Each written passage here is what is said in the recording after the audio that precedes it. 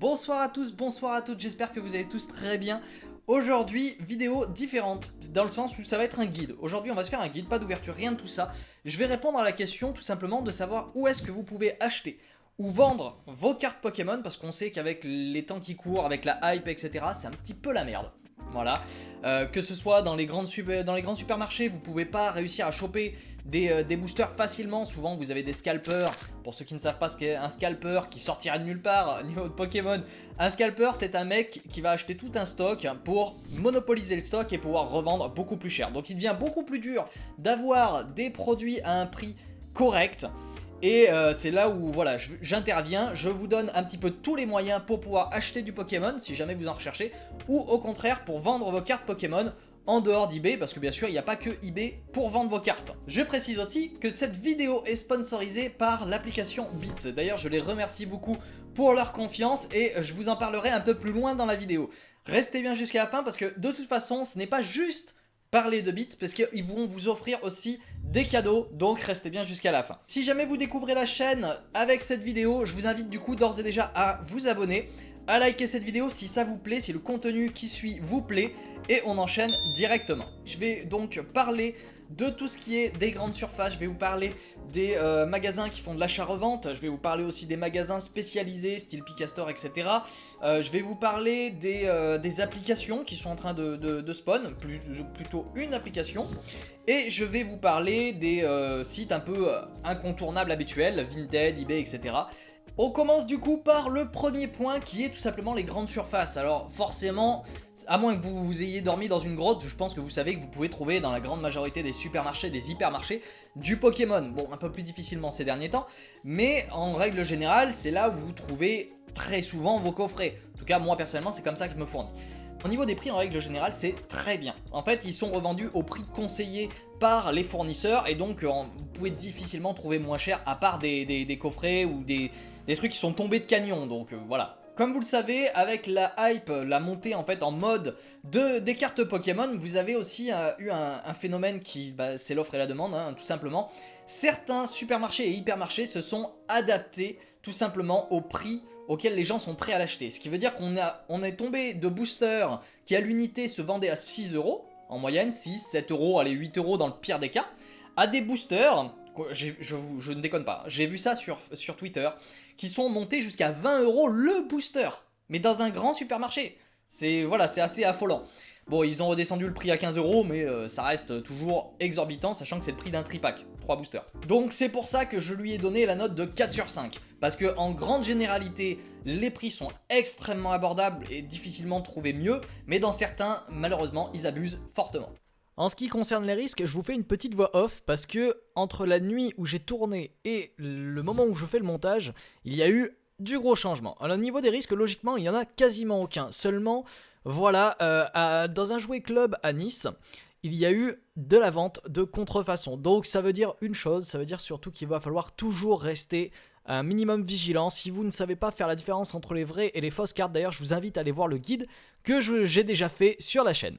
Le point suivant, la facilité d'utilisation, c'est évident que c'est très simple, vous rentrez dans votre rayon, vous prenez votre coffret, vous allez payer et c'est fini. Ensuite vient le ratio entre le stock de produits ainsi que le nombre de clients. Et c'est là où ça se gâte un petit peu pour les hypermarchés, supermarchés. C'est que justement, les scalpers sont très souvent à l'affût de ces grandes surfaces.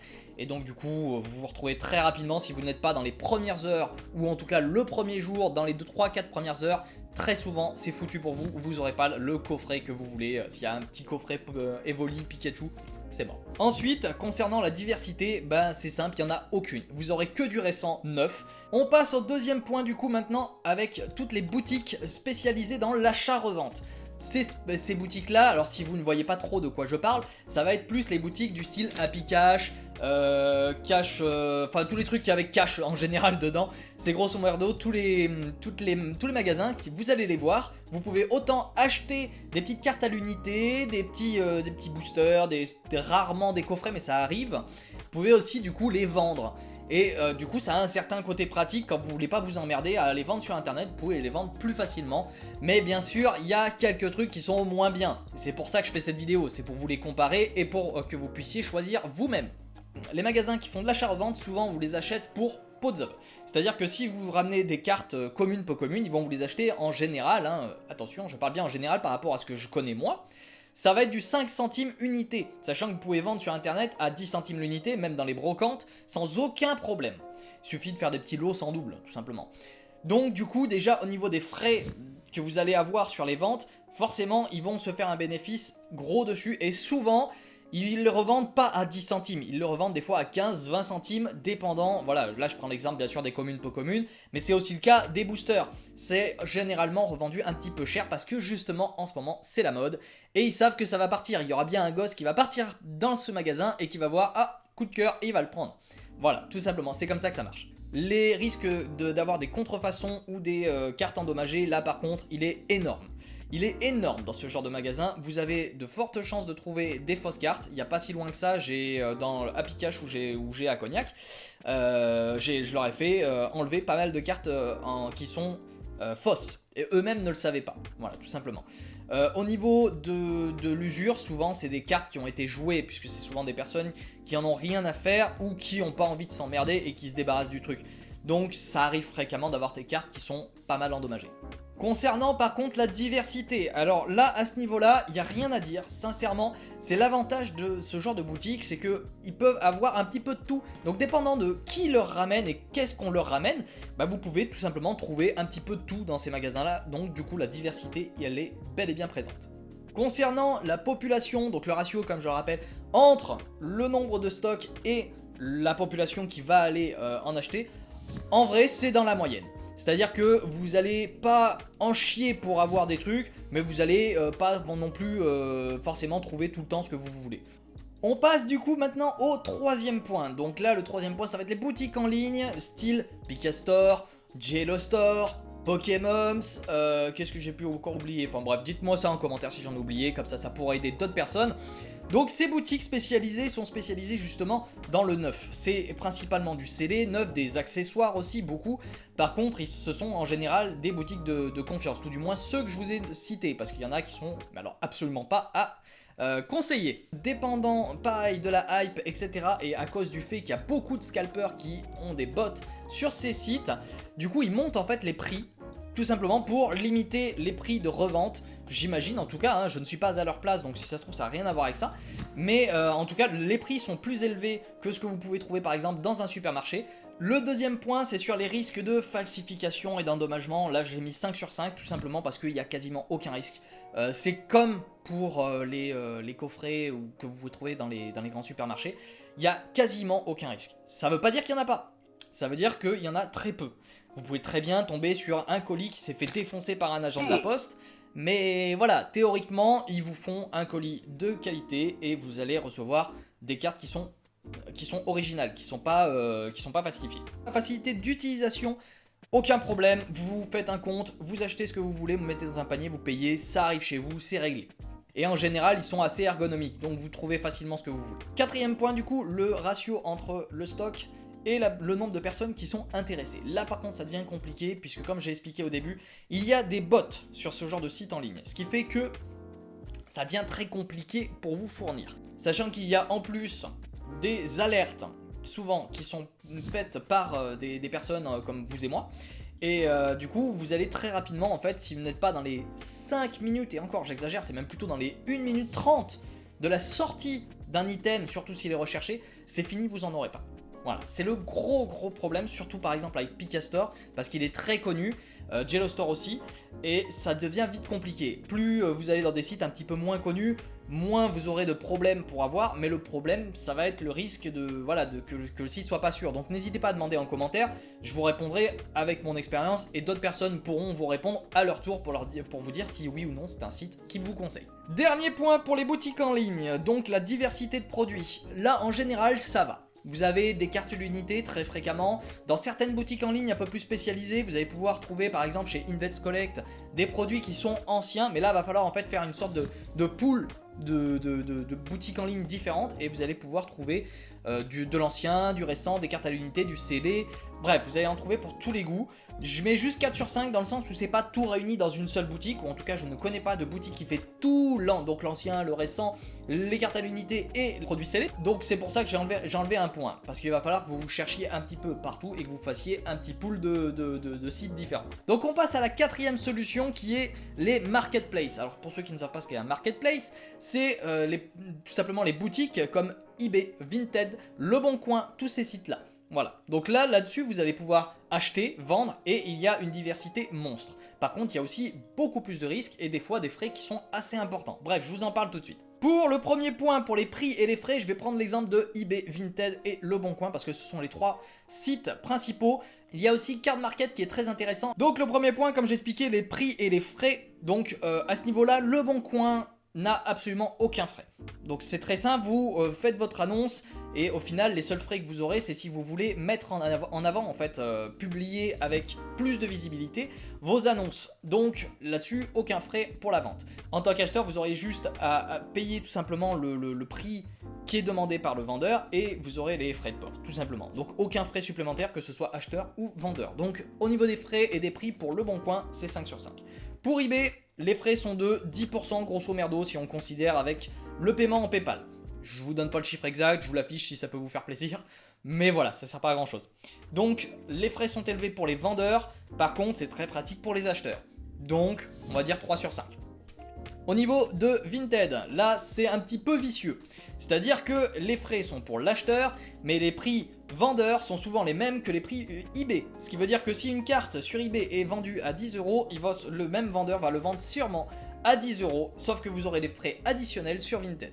Du coup, c'est petite entourloupe que beaucoup d'entre vous ne remarquent même pas. Du coup, les risques pour Vinted, ce sont tout simplement les risques de falsification, d'arnaque, etc. Il y en a des tonnes. C'est comme Le Bon Coin, c'est truffé de faux, d'arnaques, etc. et de prix exorbitants. Par rapport aux risques, tout ce qui est Vinted et Le Bon Coin, les risques sont très élevés. Donc il y a des risques, il y a les arnaques par exemple Picture, etc.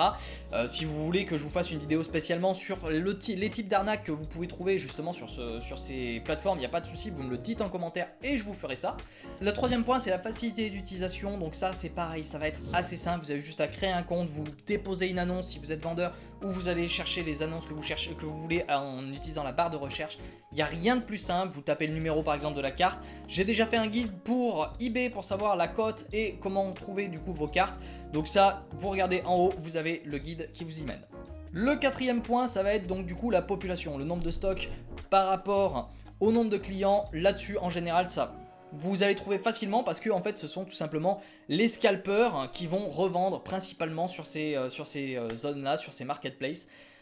Donc faites attention à ne pas acheter trop cher.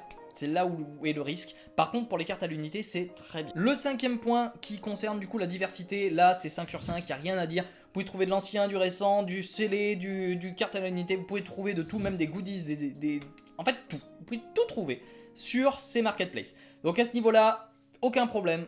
Enfin, nous allons parler du sponsor de cette vidéo, c'est-à-dire Beats. L'application Beats, c'est une application qui, en fait, va faire un petit peu tous les trucs qu'on recherche au final. C'est-à-dire qu'elle va pouvoir permettre de faire des enchères, mais vous le faites sur une application, donc à la disposition de tout le monde. Vous avez juste besoin d'un téléphone et vous allez pouvoir mettre les enchères que vous voulez. Et en vrai, c'est hyper fun, c'est hyper facile à utiliser.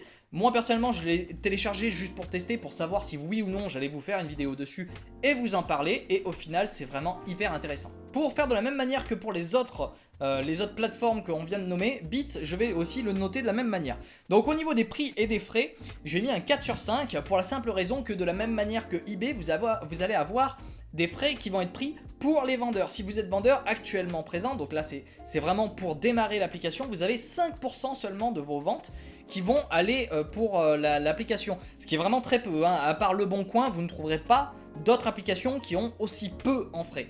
à terme ça va être 10% tout frais compris, donc encore moins que eBay avec PayPal compris. Concernant les risques, vous en avez aussi assez peu. Et surtout, sur cette application, ce que vous allez voir, c'est surtout que vous allez voir en fait en live. La personne va vous montrer la carte. Je vous montre des exemples derrière moi. Vous avez en même temps en fait la personne qui va vous montrer la carte, elle va vous montrer le dos, l'avant, et c'est une vidéo en direct, donc un live. Ce qui fait qu'il y a peu de chances déjà qu'elle vous envoie une contrefaçon, ou du moins si c'est le cas, c'est que dans ce cas là elle aura tout simplement interchangé les cartes, mais ça dans ce cas là bah, tout le monde peut le faire sur n'importe quel marketplace, c'est une des arnaques possibles. D'ailleurs petite chose pour vous, si jamais, prenez en photo ou en vidéo vos ouvertures de courrier et pareil en tant que vendeur votre envoi pour vous assurer de ne pas être dans la merde si jamais quelqu'un essaie de vous entourlouper. Le troisième point du coup c'est la facilité d'utilisation. Alors là franchement j'ai difficilement plus simple. Vous avez juste à créer votre compte. Une fois que vous avez créé votre compte, vous mettez votre adresse, machin, tout ça, comme dans toutes les applications de ce style là. Et vous n'avez plus qu'à appuyer sur enchérir. Voilà, vous mettez le prix que vous voulez, pom, pom, pom, pom, et vous avez le truc qui évolue. En plus, ce qui est super bien foutu, contrairement à eBay, qui est vraiment mal foutu, ou si vous faites une enchère sur eBay, bah vous pouvez très bien en fait enchérir à la dernière seconde juste pour sniper le prix et essayer de l'avoir très très bas, mais pour le vendeur c'est vraiment pas cool comme truc. Là, sur Bits, ce qui est bien foutu, c'est que si vous enchérissez dans les 10-15 dernières secondes, le chrono va se remettre à 15 secondes. Et en fait, tant qu'il y aura des enchères dans ces 15 dernières secondes, il y aura toujours ces 15 secondes pour pouvoir réfléchir. Donc vous aurez toujours 15 secondes pour pouvoir réfléchir si oui ou non vous allez réenchérir. Et donc ça permet au vendeur de le vendre à un prix qui soit dans les normes, et pour l'acheteur de ne pas se faire avoir parce qu'il aura essayé de le faire à la dernière seconde mais qu'il aura raté ou etc. Ça m'est déjà arrivé, hein, franchement c'est les boules. Actuellement forcément vu que c'est une nouvelle application, il n'y a pas beaucoup de personnes qui connaissent l'application et donc du coup il y a énormément de stock dans le sens où il y a des lives quasiment tous les jours, des fois des lives qui durent 3 à 4 heures, donc il y a quand même du contenu quoi. Et je veux dire, ils vont vendre beaucoup de trucs, il y a du scellé, des fois il y a des Pokémon Break, il y a tout ce qui est cartes gradées, vous allez avoir de l'ancien, du Wizard, des évolutions célestes, vous allez trouver de tout, il y a de tout, et vraiment ça c'est vraiment cool. Il va y avoir des soirées à thème avec des lives qui vont être précisément juste de gradés, juste de scellés, ou du bric-à-brac, vous pouvez faire de tout. Donc ça vraiment c'est vraiment top top top. Le dernier point, et du coup c'est la diversité, comme je viens de l'expliquer, la diversité c'est pareil, c'est du 5 sur 5, il n'y a aucun problème là-dessus, ce qui fait pour moi l'une des meilleures plateformes pour pouvoir vendre actuellement et acheter vos cartes Pokémon. Voilà du coup pour les différentes plateformes que vous allez pouvoir trouver pour vendre vos cartes Pokémon. J'espère ne pas avoir oublié de généralité là-dessus. Si c'est le cas, n'hésite pas à me le dire en commentaire, à rajouter tout simplement ta liste à toi, les trucs que tu conseilles en commentaire. Donc je vous invite à rejoindre cette application par le lien qui est en description et en message épinglé, puisque je vais revendre dessus en enchère à partir de 1 €. Donc toutes les enchères que je vais faire vont toutes être à base de 1 €. Donc vraiment tout le monde peut avoir sa chance et les prix vont être selon ce que vous voulez avoir. Je vais vendre du coup l'ETB de Dracofeu, la voix du maître. Cette ETB elle cote énormément, à la base je ne voulais pas la vendre, mais je vais faire une concession juste pour vous. Ainsi que plein d'autres cartes, des cartes à l'unité, des jumbo, des cartes de code, des portfolios, bref, plein de petits trucs. Je vous invite à rejoindre l'application et à voir ce live qui va sortir du coup à la date affichée. Et ce n'est pas tout! Non, parce que Bits veut vous régaler et je veux vous régaler aussi tout simplement avec un concours pour toutes les personnes qui auront cliqué sur ce lien, qui auront créé leur compte et qui auront mis le code Artemis, tout simplement, donc le code qui s'affiche ici, peut-être que c'est pas le même, j'en sais rien. Vous allez pouvoir être tout simplement sélectionné possiblement pour gagner un coffret. Donc il s'affiche juste ici, vous allez pouvoir essayer de gagner ce coffret. Et ça, c'est plutôt cool, surtout quand vous n'avez rien déboursé, juste vous vous inscrivez, vous mettez le code et c'est bon, vous êtes inscrit. Sur ce, j'espère que cette vidéo vous aura plu, vous aura été très utile. Je l'espère en tout cas sincèrement, j'ai pris du temps à comparer chacune de ces plateformes. Ça m'a pris du temps et je pense que cette vidéo va durer beaucoup plus longtemps que ce que je ne voulais. Et on se dit à très vite. N'hésitez surtout pas à activer la cloche des notifications pour ne pas rater les prochaines vidéos, à vous abonner, à liker, à commenter et surtout à partager pour qu'un maximum de personnes puissent venir sur ce live. Et on se dit du coup à très vite. Ciao ciao.